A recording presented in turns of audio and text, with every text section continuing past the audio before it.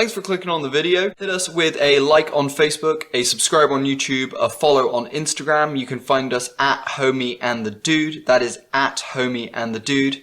Thanks again. Enjoy the video. Hey everyone. With UFC 254 looming right around the corner, we have Khabib and Gaethje facing off for the lightweight championship.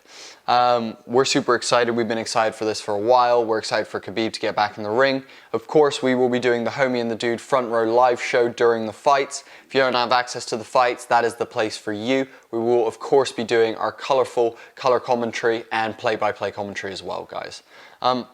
We're excited to kind of talk about how we think that fight's going to go and break that down for you guys. So what are you thinking about it, Tom? If I picture that fight, I think the first round is going to be the most opportunity for Gaethje to do something that may turn the fight. And that is by hitting Khabib with something, either a leg kick or a strike, that makes Khabib tentative about shooting. That to me is that's the game right there. If Gaethje can build in that caution for Khabib, then we have a fight. If not, if Khabib is just like, gauging, sort of judging, just looking for where that opening is and firing and shooting, and is successful to do that within the first round, I think it's gonna be a really long night for Gaethje. I don't think he has an answer. If he gets taken down, I don't think he has a skill set. I know he has American wrestling pedigree, but that is very different from what Khabib does once he gets control when he's on top. So I really think Gaethje has the most opportunity in the first, second round to hit him with something that's gonna make Khabib think.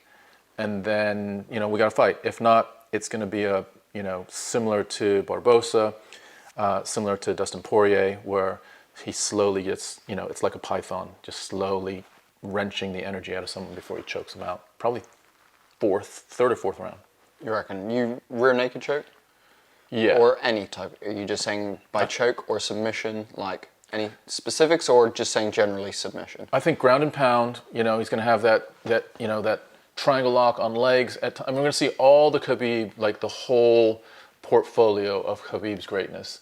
And then I picture him doing a similar situation to what he did with Dustin Poirier, where Gaethje's just going to run out of gas and is going to submit himself. And that sounds really bad, but that's what Khabib does to people. Yeah, I would say I agree that I think Khabib wins by submission. I think it's probably going to be more in the fifth round than fifth or fourth, just because of Gaethje's heart and stamina, because he proved against Ferguson that he finished that fight not looking super tired. Yeah. So I think Gaethje has stamina. I think there's a lot of opportunities where Gaethje can win this fight. I think you mentioned a couple. One, clipping him with a shot in the first couple rounds, clipping Khabib, with a shot in the first couple rounds, and also his leg kicks. Justin Gaethje's leg kicks are known for being absolutely, destructive, that they'll tear you apart, basically. And he believes, I think he said it was something like 4 leg kicks and he's got Khabib. So I think if he starts landing the leg kicks, then yeah, that might be a big problem. But again, he's got to do that early to make sure that he limits the amount of pressure that comes his way. So I think the ways that Khabib, though, has the upper hand is, one, his chain wrestling, which is something that American wrestlers typically don't, study and train in, is that he does this thing where he will, shoot for a double leg, switch to a single leg, pull you off the cage and trip you, or throw you, or, and he'll chain a bunch of different takedowns together, and you'll defend one, and maybe even the second, but then by the time the third or fourth is there in the chain, you're already on your ass. Yeah, so I think that's a big problem. And he's not like driving through with his takedowns like most American dudes who will pick the legs and drive. I would say the other thing is as well, something that we've seen from Gaethje regularly, is that when he gets into the later rounds, when he starts getting tired, especially if you look at the Dustin Poirier fight, he starts kind of covering up in a very interesting way and almost like dipping his head and not kind of, what I would say, like looking as much at what's coming his way. He's more just like guarding himself. I think during that moment, Khabib will have a green light to go for the legs pretty much every time. If he hits him with, I would say, 3 to 4 punch combo and then drops the legs, Gaethje will have those hands covering up and he'll dip his head, and Khabib will hopefully be able to then drop him for the legs. But I think realistically there's other outstanding factors, like if he happens to catch him with a knee on the way in. Gaethje catches Khabib. Yeah, Gaethje catches Khabib with a knee in. whatever it may be.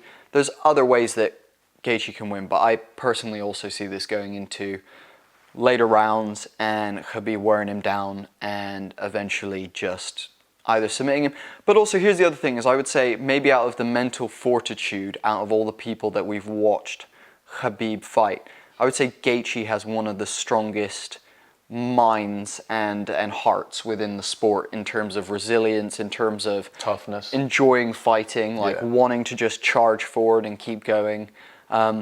I think that's going to be a problem for Khabib because, in my opinion, I don't think Conor McGregor has that much heart. I don't think, as much as Dustin Poirier is a phenomenal fighter and is absolutely incredible, it felt like he almost was starting to give up when he said in the corner at the end of round 2, I just can't get him off me. There's a difference between like weathering Khabib's storm and surviving it, and then coming out the other side in like a way that is like, yeah, I survived it. I didn't tap. I didn't I kept fighting back. And so lots of guys. Khabib only has 10 submission finishes and I believe like 8 knockouts. So if you think he's got 28 wins, there's 10 fights there that are gone to decision, that have gone the distance. So there's guys that are surviving it, but it's whether or not you can weather that storm in your mind and keep trying to get up, keep battling back.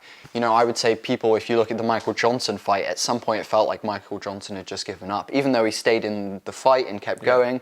I'd say the same thing with the Edson Barbosa fight as well.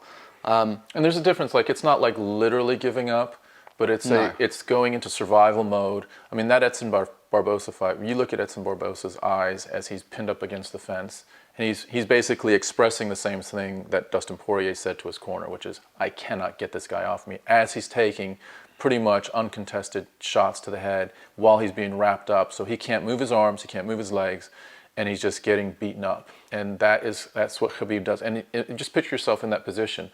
Like at some point, you're up for it, but if that happens, let's say you get out of that and you last a round. You get up on 15 minutes. Yeah. 15 minutes. Yeah, or 25 minutes for a five-round fight. So you get up, you're like, okay, I lasted through that round, now let's play on the feet again. I can strike. Boom, he takes you down again. You can just see like the energy and the will coming out of someone to the point of like, I don't have the solution for this dude. And that's been 28 guys. And he's gotten better and better. Like we like look at the last 5 fights.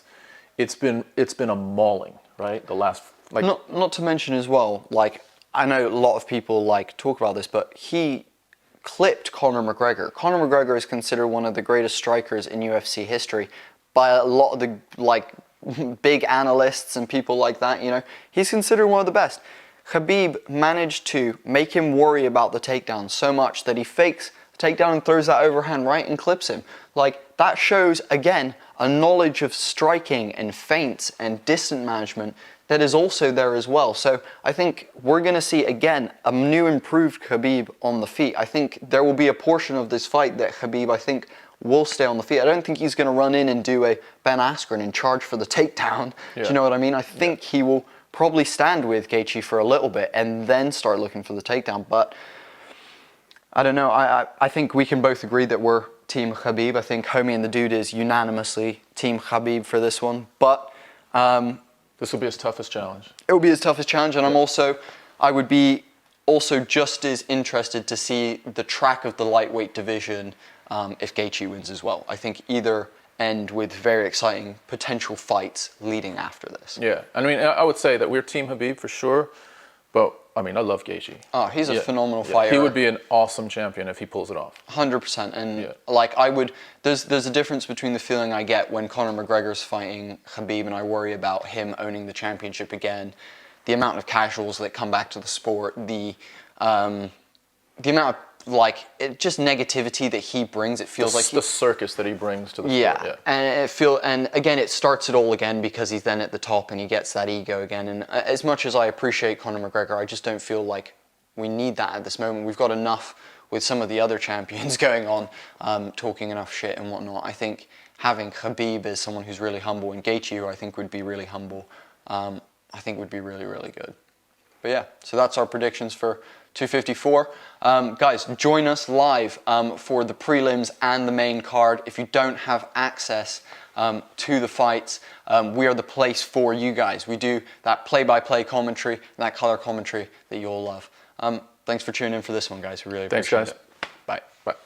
Hope you all enjoyed this pod clip. Hit us with the Holy Trinity. Go to our Facebook, Instagram, and YouTube, which is at Homie and the Dude. Like, follow, and subscribe to all of those. And thanks again, guys. Have an awesome day.